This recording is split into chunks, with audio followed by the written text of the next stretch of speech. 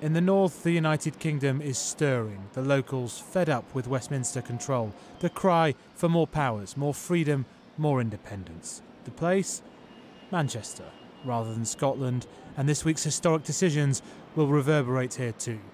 Even if we get a no in the independence referendum, the reunited kingdom will never be the same again because of the powers flowing from Whitehall to Scotland. And guess what? The rest of the United Kingdom wants those powers too.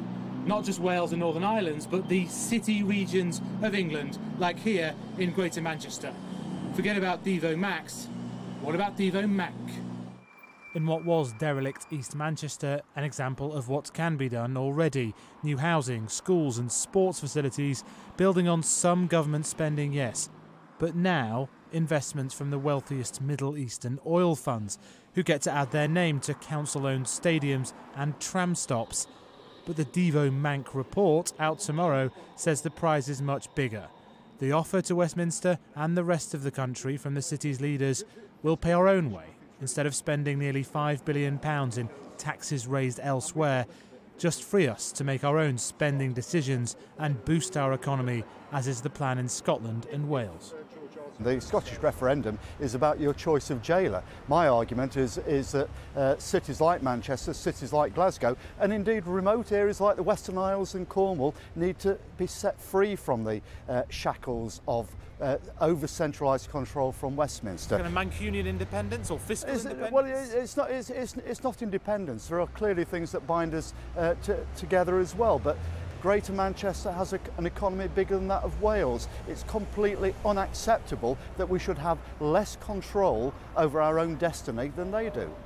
Scotland and Wales already have freedoms over their spending priorities. In the northwest of England, £140 per head is spent on housing, less than half of that in Scotland, and also much less than Wales. Likewise, the same pattern with transport, perhaps to be expected with Scotland's size. On enterprise, it's even starker. £59 spent per Northwesterner, a third of the level in Scotland and half of that in Wales. At this booming Mancunian digital tech company, you can begin to see what this looks like in practical terms. Tom's social media apprenticeship is supported by local council funding. The apprenticeships are really good because it helps people get an education to give people sometimes a second chance, if you know what I mean. I suppose who would know in London whether people in Manchester need social media apprenticeships? They'd probably laugh at that, wouldn't they? Yeah, they probably would. Sounds like Mickey Mouse. Yeah. But you're loving it, and you're. Yeah, of course I'm loving it. It's actually led at the minute to me doing a university degree. But it's not just new media jobs booming here.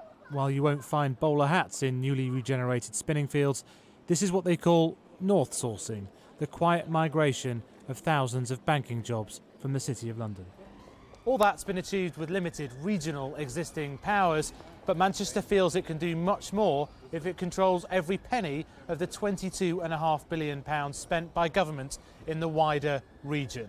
It's right at the top of the Chancellor's in tray, and privately he's making warm noises. There's a deal to be done, and soon. It's a great opportunity. I do think I was talking about this earlier, there's an alignment. In fact, George Osborne is on pretty much monthly trips to this city. The Conservative Chancellor and the leaders running what is now a one-party Labour city-state have developed a rather interesting political relationship, stretching from high-speed rail to the so-called Northern Powerhouse and to the prospect of these new powers. This week, new tram lines are being prepared after decades of Westminster funding delays. One reason why it's not just Scotland that's demanding new powers. Faisal Islam, Sky News in Manchester.